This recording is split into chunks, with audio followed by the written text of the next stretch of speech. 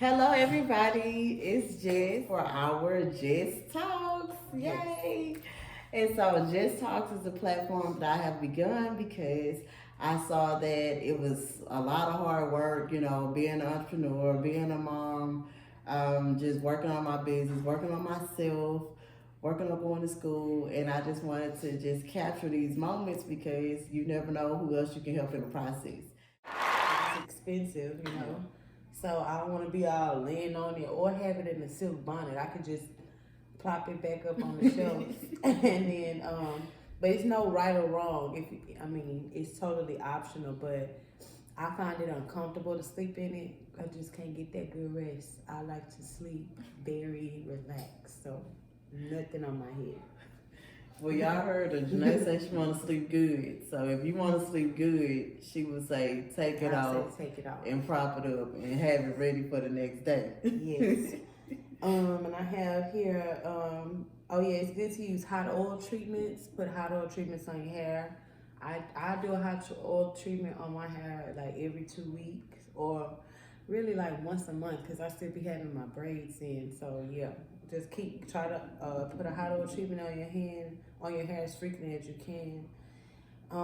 When you do take out your braids or when it's time to like cleanse your scalp, I would say clean it with some clarifying shampoo because most of the time the braids have been in for like anywhere from a month to a month and a half, and that clarifying shampoo will just remove all that gunk and buildup and get all of that dirt off of your skin, which is your hair. So you want to get all that dirt off.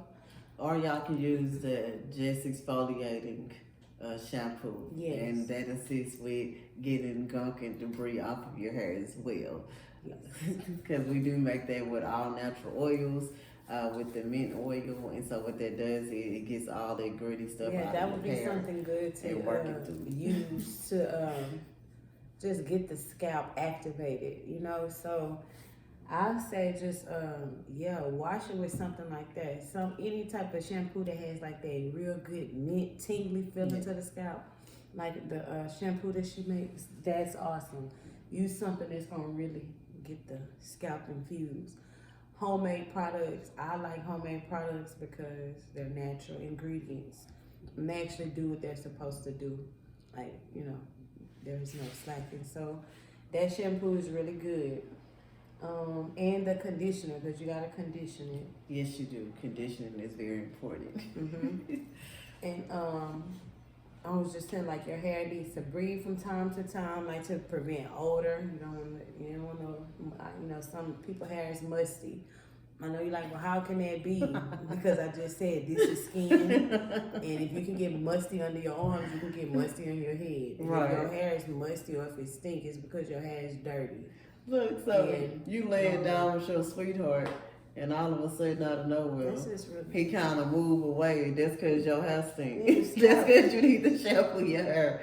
That's because you need to scrub that scalp. And you don't want to be like having any funguses growing on your head and all that. Please. And in reference to like a hot oil treatment, you could get your scalp treatment. Just keep everything moisturized. Okay. I feel like Miss Janae gave us some wonderful tips. Well, thank you. And so I'm going to have to just take me a sip today.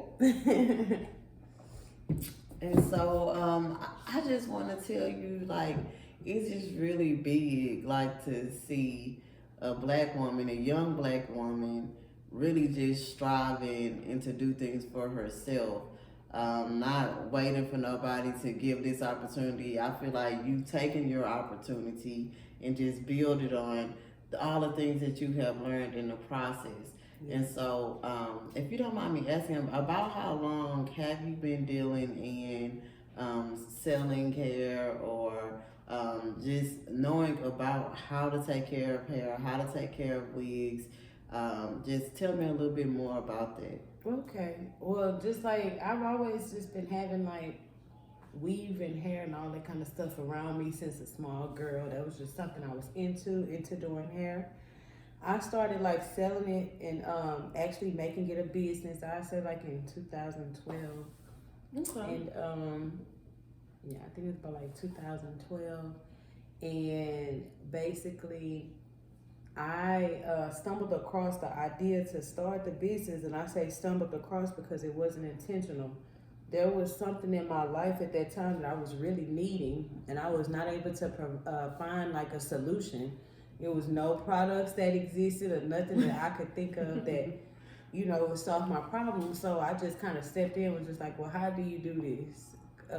That's just what I just decided to do. So I didn't want to have so much of my money going to my hair, even though it should be just like that because the girls got to get their hair done. Right. It was just too expensive. The quality of the weave I was buying was not good. It was from the beauty supply. I'm not going to burn my money or throw my money away. So when I saw I needed to, fix that problem, I started researching like, where are they getting this hair from? Or like, how do you get it? Because I'm like, it's in this store right here. Everything is on Google. I'm a person that just do research, so I just Googled it. Virgin hair. That's what they was calling it, body wave. So this is what I had typed in. Wholesale body wave hair, wholesale virgin hair. So this is like 2010. It's the beginning of the hair game. Yeah. Like it is at its peak. Hair extensions have been around forever, but you never have really seen like women owning their own hair company. So I was very privileged in not just women, but black women, yeah, owning their own hair care and wig shops and etc. Because at the end of the day, you're breaking molds that people didn't even realize needed to be broken. Yeah, we were basically dominating in being high suppliers in the industry, but not being high owners in the industry. So just like, yeah, that's how I did it back then. I found me some vendors, hooked it up, and then I was selling hair, and then I had a business. And so I really like the fact that you said about researching. Yeah. Doing your own research is so imperative. Like when it comes to anything you want to learn about, I have a business coach, and he constantly like stand on me about like, did you research this? Well, call me back when you do your research. Well, what are your sources? How do you know this works? Because at the end of the day, if you're running a lucrative business, if you want people to take you seriously, you have to know what you're talking about. If you do not know what you're talking about, nobody's going to listen to you. Nobody's going to want to take heed to anything you're trying to sell them, anything you're trying to present to them. It'll be falling on deaf ears because they'll feel like you have no idea what you're talking about.